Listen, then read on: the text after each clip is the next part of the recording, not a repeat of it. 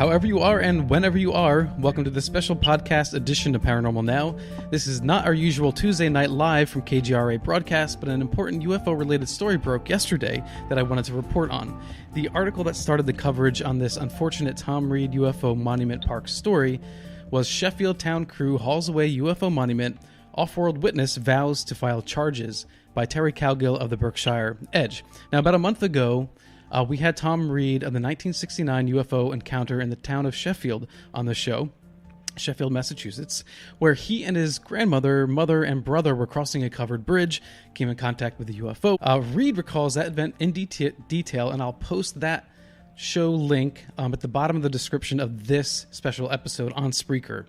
Needless to say, there were multiple witnesses in surrounding towns, and the UFO Monument Park is the first in history to commemorate what has been legally deemed the first, quote, historically true UFO encounter in the U.S. And now I have Tom Reed on the line with me to help enlighten us a little bit more about what's happening at Monument Park, why are monuments being removed, and so forth. So, Tom, welcome to Paranormal Now, and fill us in.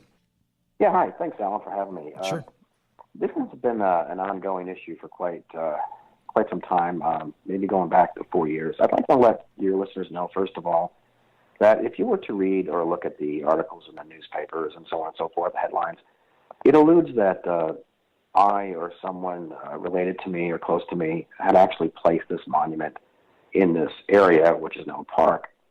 That's not true. The monument was actually unveiled live on ABC News New York back in the summer of 2015.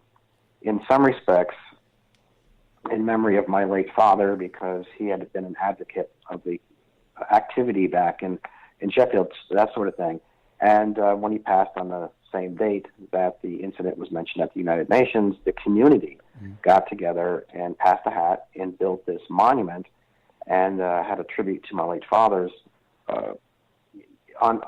fixed to the top of this monument, and that's when it was unveiled back in 2015. And with that said, it was then taken and placed in this area where the event took place, which is now the park, by the town of Sheffield, under the direction of a woman by the name of Rhonda, who is anything but honest. Now, with that said, it was moved a couple of weeks later only because they felt that the monument aesthetically took away maybe from the allure or the old covered bridge that was there for those who wanted to get pictures of the historic bridge. So that's why it was moved about 20 feet away, where it's sat since 2015 also until recently. Again, that monument was moved into place by Rhonda, who is the head of the town of Sheffield, through a man by the name of Eddie Lord with a forklift who worked for the town as well. That monument has only been moved, touched, or placed through the direction of the town of Sheffield. Now, with that said, we also have a binding contractual agreement that was drawn up through an attorney in Boston with the town of Sheffield, the landowner, myself, and, of course, the UFO Monument Park, Inc., which is a nonprofit company which maintains and runs that park, and why it gets so many donations and so on, or sponsorships, because it could be, it's a write-off. With that said, this rumor, if you will, about the monument being on town property is absolutely absurd. The town does not own any property on the side of that bridge where the monument sits, or my park sits. Okay. They had an old expired rite of passage where that bridge exited out to, which is Boardman Street towards the back. And the monument, when it was placed there, had just had a recent survey, also held through Tammy Blackwell and Rhonda with the town of Sheffield. The lines were looked at closely, and the monument was put off to the side so that it would not obstruct any traffic if that road was to be opened again. With that said, we find it absolutely heartbreaking, really, that the town would come up in the middle of the night, move the monument, with people who refused to move it at first for the town, and she threatened their jobs if they didn't move it because they knew it wasn't obstructing anything, and they moved it anyway. Then the town, through Rhonda's direction, takes 6 boulders and block off the road So this is how absurd and hypocritical this is. The idea behind Rhonda's movement was that the monument might infringe on a new survey now, and that the monument possibly could be in the way of traffic. Well, if anyone who's been at that park knows that the monument was not obstructing traffic. First of all, it was a dead end. And secondly, you could still get a fire truck through there if you needed to. But now Rhonda has the front entrance and the back entrance blocked off with boulders. So if anyone is obstructing anything, it's the town of Sheffield. Right. Should there be an emergency, that's the problem. I'm sorry, sir? Should there be an emergency and someone needs to make passage, now she's obstructing. Yeah, exactly. And that's a concern now because our crew who maintain and mow the area can't even get a lawnmower in there. Mm-hmm. So now it's going to become overgrown. And there's another side to this, too. We've gotten word that, there's so much to this. We've gotten word that because in the beginning when this monument or marker, if you will, was to be placed there, I don't think the town realized it would be international news. There'd be people coming from all over the country to go there. So it's kind of like we can't beat them, join them. So I understand that there was a meeting held not far from the monument or the park. You could walk there, actually, from the park, where there were many that thought, well, if we can't beat them, join them kind of attitude. So how can we get our hands around this? How can we get control of this park? Because, Tom lives 1,000 miles away, the nerve of this guy, blah, blah, blah. So by getting my monument or moving the monument, if you notice, the benches are still there. The light poles are still there. The solar lights are there. They didn't move any of that. They basically took the monument and the bench that was next to the monument. They even shoveled up the gravel. That's how ridiculous this was.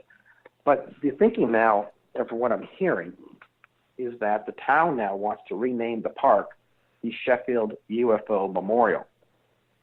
And by removing the monument, my name obviously is now not associated with the park.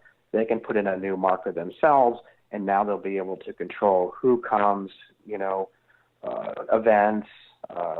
They can maintain it themselves by saying, or at least publicizing or branding the fact that that's Sheffield property, when in fact, even if you look at the new article in the Berkshire Eagle, it's still considered just an easement that goes through there for an old road, and nothing was blocking that road anyway. Was that Not to mention, once again, there was a legal binding contract in place. Right. And I have those legal documents, and I, for the life of me, cannot seem to get a newspaper to actually print that honestly, or at least show those documents. So they're hanging their hat, and you said an expired rite of passage? Yeah. For those listeners who are astute in easements or rite of passages, this is how it works. The land that I lease, or my company leases, okay, had an old road that went through it. Now, because the bridge was boarded up due to a fire, basically, and they built this new bridge, and they boarded it off now with pylons and boulders, you could not pass this bridge since 1994. Okay. Therefore, the rite of passage or easement that was extended to the town for passage through that bridge has since been abolished because the passage was no longer in use for what it was originally intended, which came up in 2015 when the town placed the monument there in the first place. Mm-hmm. But now this Rhonda character seems to think, well, no, wait, we still allowed foot traffic through the bridge. Therefore, we really didn't barricade off or prevent passage because we're allowing foot traffic. This is how crazy it is. First of all, if I have the land and I'm extending a courtesy to you, like let's say I have my house is right off the side of the road and you'd like to be able to use part of my driveway to get to a chalet or something that you own near my house, and it's quicker for you to share this common driveway. Sure. And I say, sure, I don't mind you doing that. Just don't block it off. Well, the only person obstructing anything is the town, because now they've boarded up the bridge and they've boarded up the entrance to the park. So the argument here is that perhaps the monument was infringing on a shared easement. Even though it wasn't barricading or blocking or preventing traffic. What they did was exactly what they were complaining about by preventing traffic coming and going from either side. That's how hypocritical it is.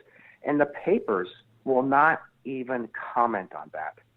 It is so politically charged in this little community that we can't even get a decent article written. However, if you do look at the Berkshire Riggle, which came out yesterday, it does mention that it's an easement, where if you look at the previous articles, they say it's town property. The town does not own a lick of property. Do you think that's a misunderstanding of the reporting or a bias? Oh, no, the reporters know. I've sent them, matter of fact, I've sent them everything. When this was originally agreed upon, once again, it went through a law firm in Boston. Mark Reich was the attorney on this. This is actually not something where I go, hey, Alan, you can put your stuff in my yard. This went through a law firm. This is recorded. These are lines and boundaries that have been in place since the early 1900s. Well, and not only that, there's Tom, no question. Yeah. There is a contradiction here. And you posted on Facebook, I don't know if it's okay if I can read this, an email excerpt that you shared with Rhonda. Do you mind if I read that? That I shared with Rhonda. I didn't share anything with Rhonda. You shared it on Facebook. It was an email with Rhonda in reference to the monument. Now, was that private or is that yeah. No, I don't even know which one it is, but okay. I don't have. You can say, yeah, read whatever you want. So, well, in the email it says, "I will do what I can to get this marker." This is from you. "I will do what I can to get this marker in a condition that will suit the township. Respectfully, Tom Reed." Rhonda's response was, "Hi, Tom. Thank you for the update on repairing the monument. Since the monument is privately owned and on private property, there will be no input from the town. Sincerely, Rhonda." Correct. So again, obviously it begs the question, what is the motive here? Do you have any idea? Yeah, I think I just touched on it briefly, that the town is now realizing that this could be something big for the community, and they're going to look at it this way. Let me rephrase that.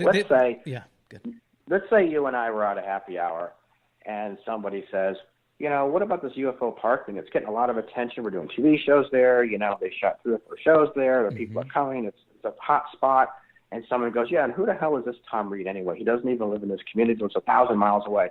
How can we get our hands around this and control this ourselves so that we can hold events there, so we can do something? Well, the best way to do that would be to try to revisit this easement.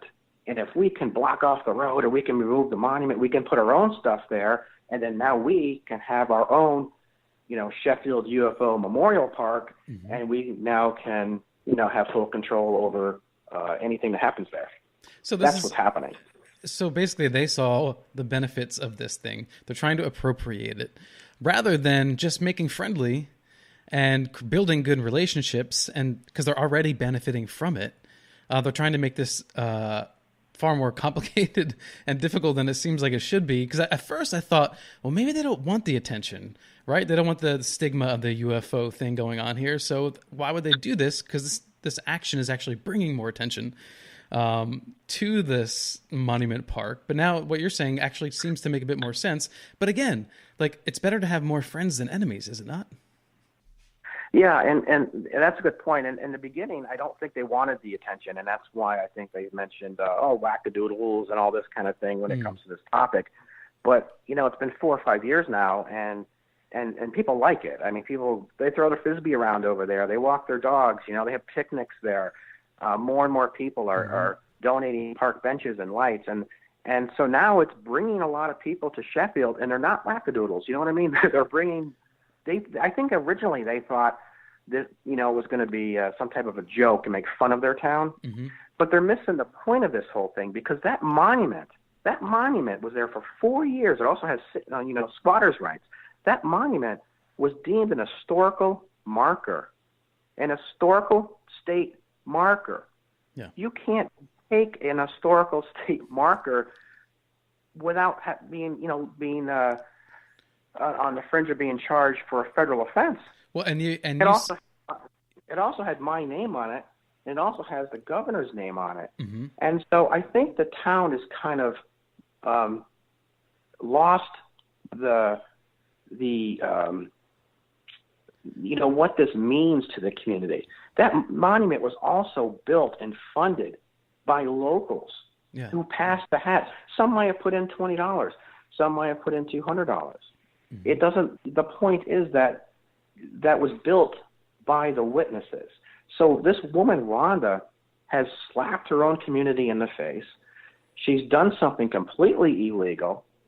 She thinks that because she went out and had a recent survey done by somebody I'm sure she has in her pocket, that that gave her rights to remove a monument that wasn't blocking anything in the first place, then puts it in storage somewhere. No one will even know. No one knows where it is. Even the police won't tell anyone where it is. Now it's taken and no one knows where it is or if it's even destroyed. And he took benches that were sponsored. One was sponsored by an electric car manufacturer that wasn't even in the ground. It had a little chain on it with a padlock, and the town has the combination to the padlock because if they needed to, for whatever reason, could move it. So they took the bench. That wasn't even affixed to the ground. And then they scooped up gravel that was just donated, 8,000 pounds of gravel that was donated by a local lawn and garden company. So another this local. Is how insane this is. Right, they're it's like they're kicking the locals in the knees here.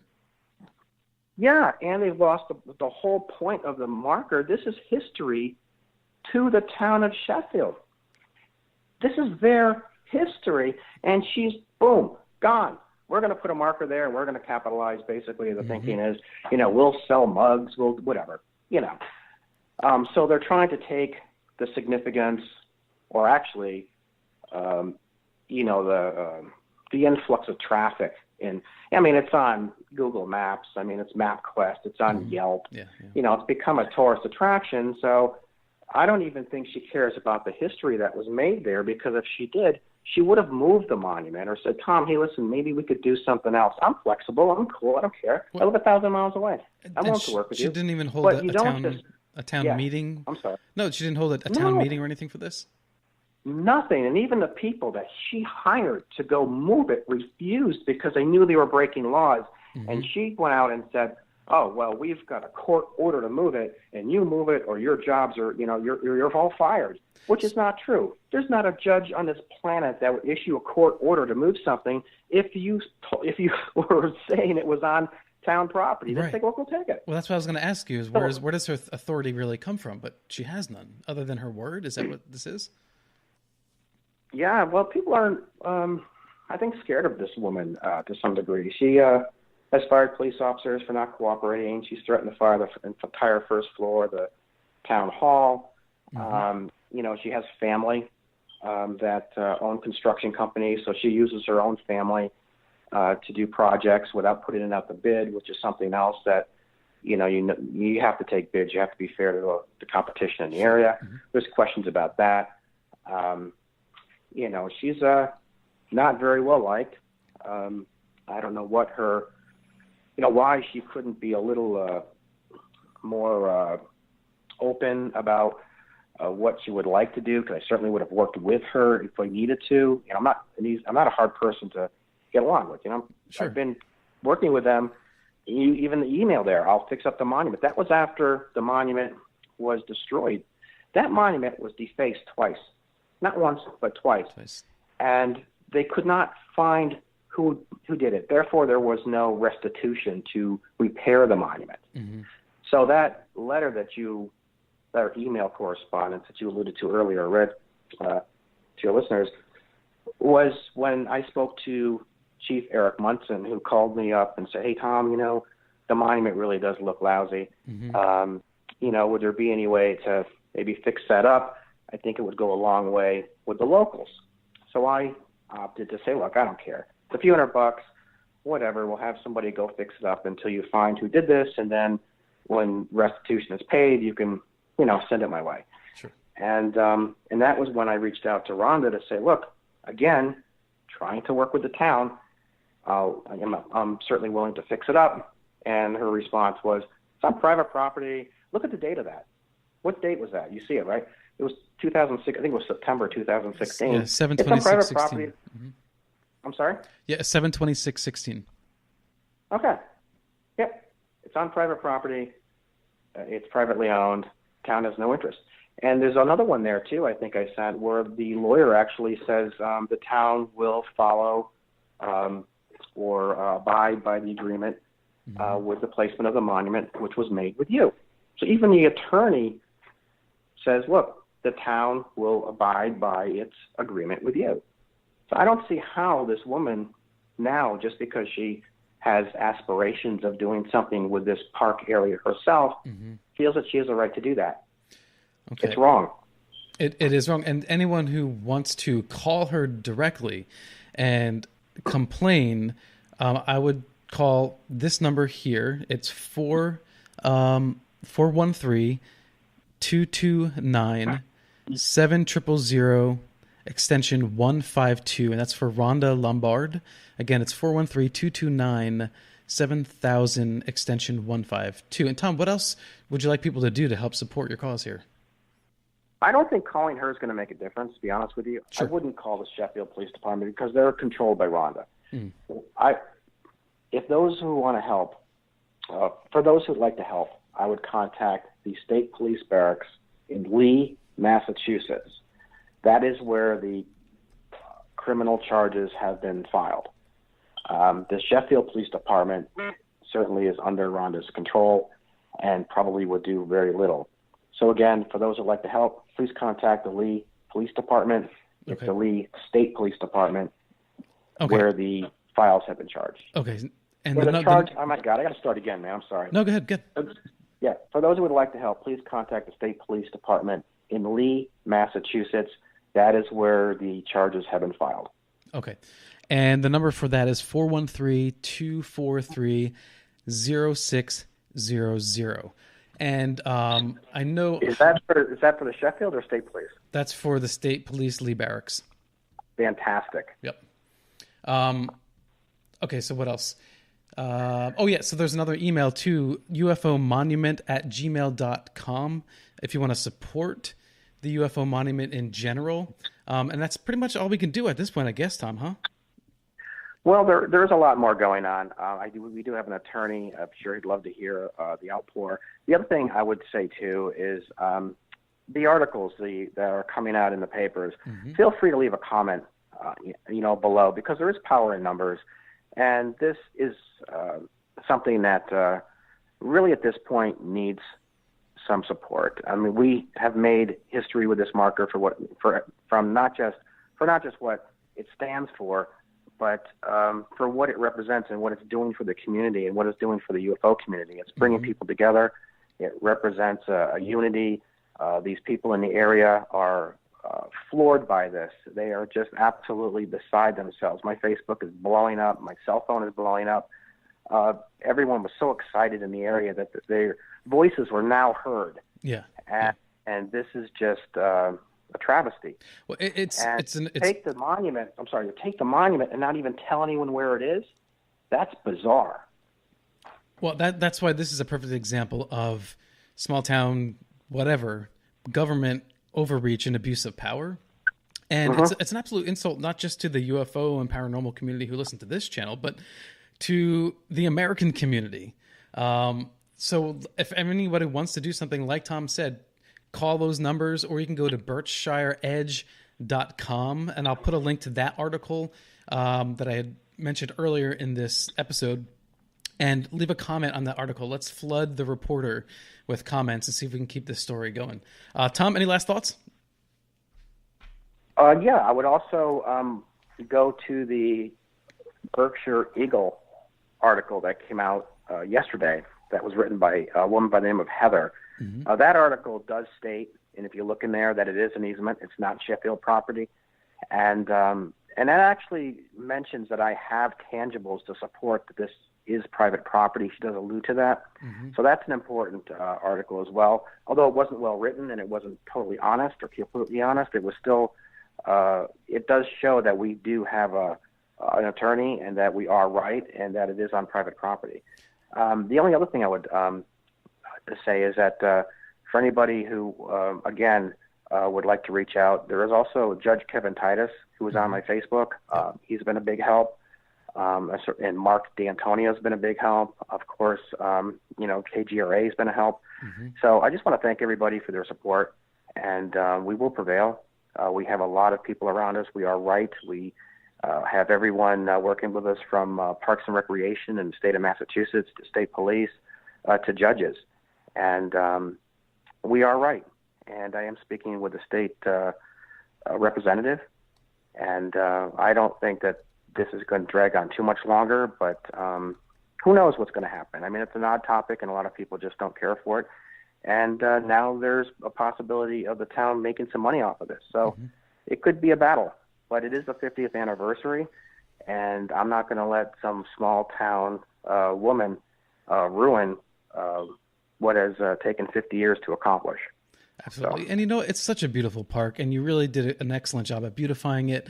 And it's just a place where people in the community can go to, like you said, picnic, relax. It's not a place where people are holding, crazy, weird, parties or orgies, or it's just a nice, quaint little park. It's very simple.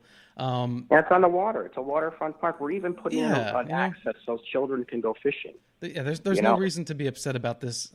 And no. I think I don't know if you're. I'm sorry. Oh, I don't know if your listeners are aware, but Ben Hansen has a bench there. Travis Walton has a bench there. Shockwave Motors, electric car manufacturer, had a bench there till the other day.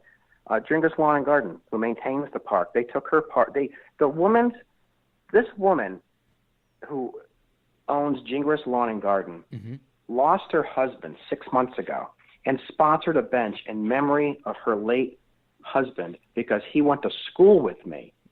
And Rhonda has an audacity to take her bench.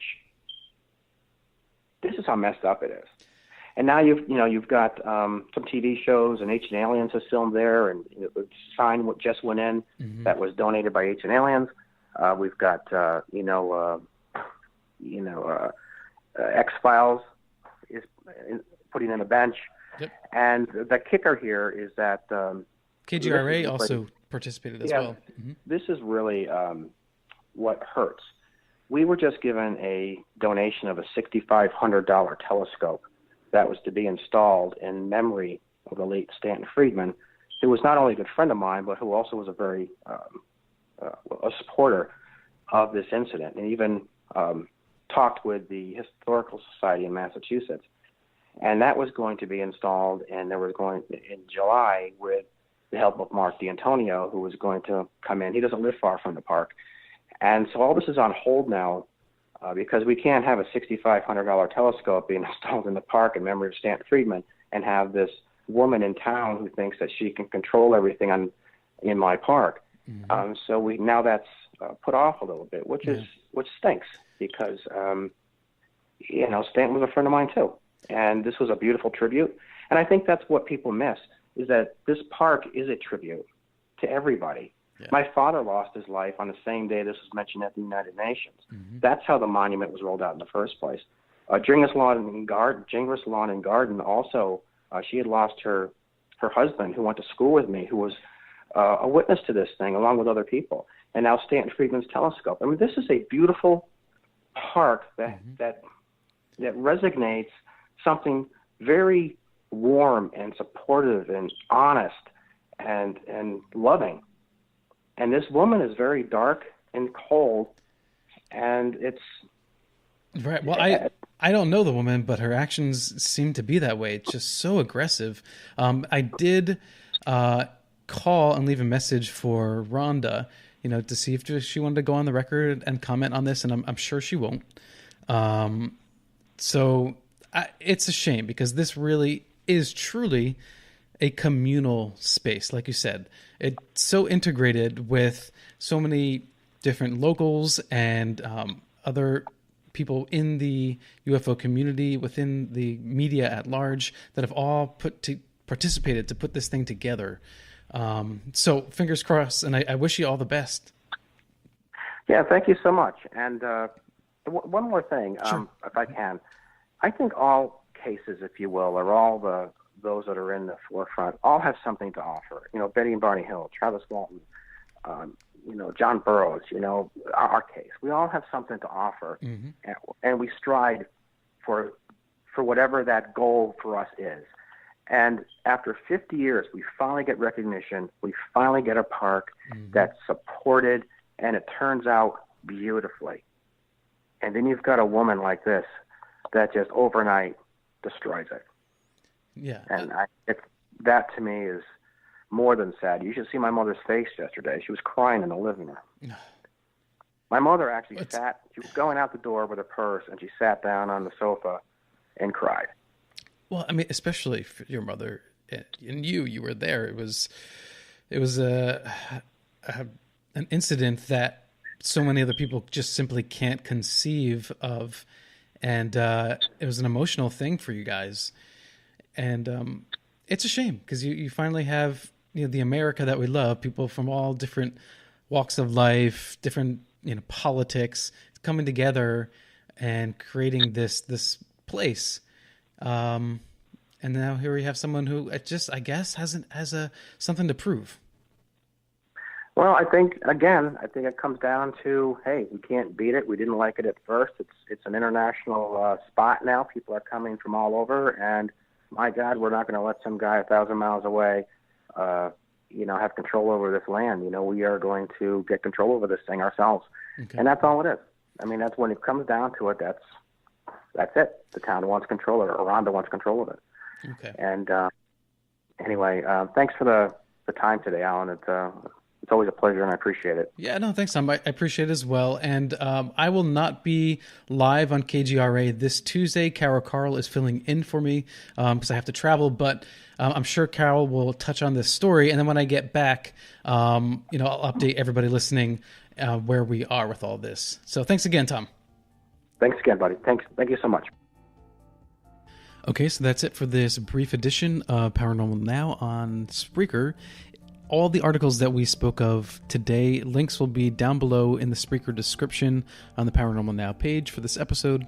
If you have any questions, please email me, alan@paranormalnow.net. I'd like to hear your feedback, your comments on this, and let's show our support as a community. Let's get out there and do the right thing, because we rely on researchers and organizations to bring about awareness for all these topics that we care about. So when they need us, let's show up and do what we can for them as well. All right, this is Alan B. Smith for Paranormal Now. Until next time, live in the mystery. Be well, everyone.